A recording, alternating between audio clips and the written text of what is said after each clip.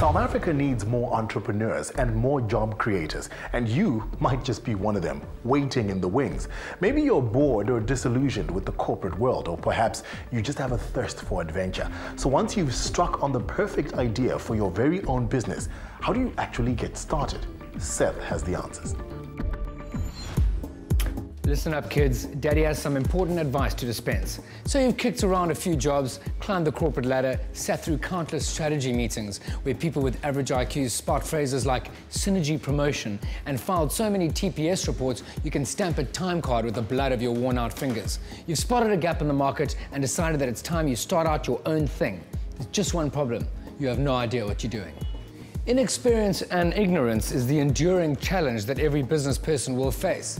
There are only 3 ways to overcome the problem: make your own mistakes, learn from the mistakes of others, or a combination of the two.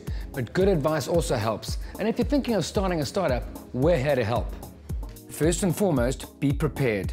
Do your research. South Africa has a few very good websites that will help you navigate the setting up, management, and registration of your business. Try sabusinesswarrior.com for some very good reflectory questions, from operating on a shoestring to explaining the different kinds of businesses in South Africa. It's a simple site that will help get you thinking along the right line.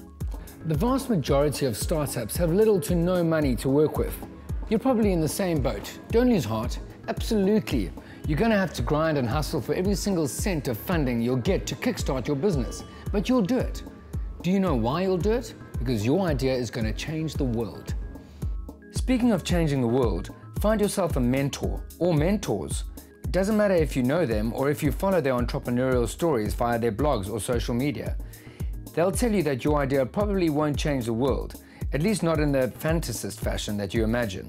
And that's a good thing, because the only reason why businesses close is because they run out of money, and you can't rely on investments and handouts from your parents forever. These older, smarter men and women will constantly pull your focus back to the business of your business. Without them, you're less likely to build something that consumers will want for a long time. And one of the first things they'll tell you to do is to create a business plan. There is a very cool SME, which stands for Small and Medium Enterprise, online toolkit that will help with this and other questions and tips at smetoolkit.org. The Old Faithful BP and other advice it gives will help you to measure how successful your business could become, and it'll help you to keep track of your budget. Simple hints like keep your overheads low as long as possible will eventually be the reason you either fold or survive in your first 6 months. Remember that shoestring budget thing? That. Last but by no means least, use the most exciting app that we've seen to date on the local scene, the Journey Startup Program. This app helps local startups get off the ground by building mobile apps.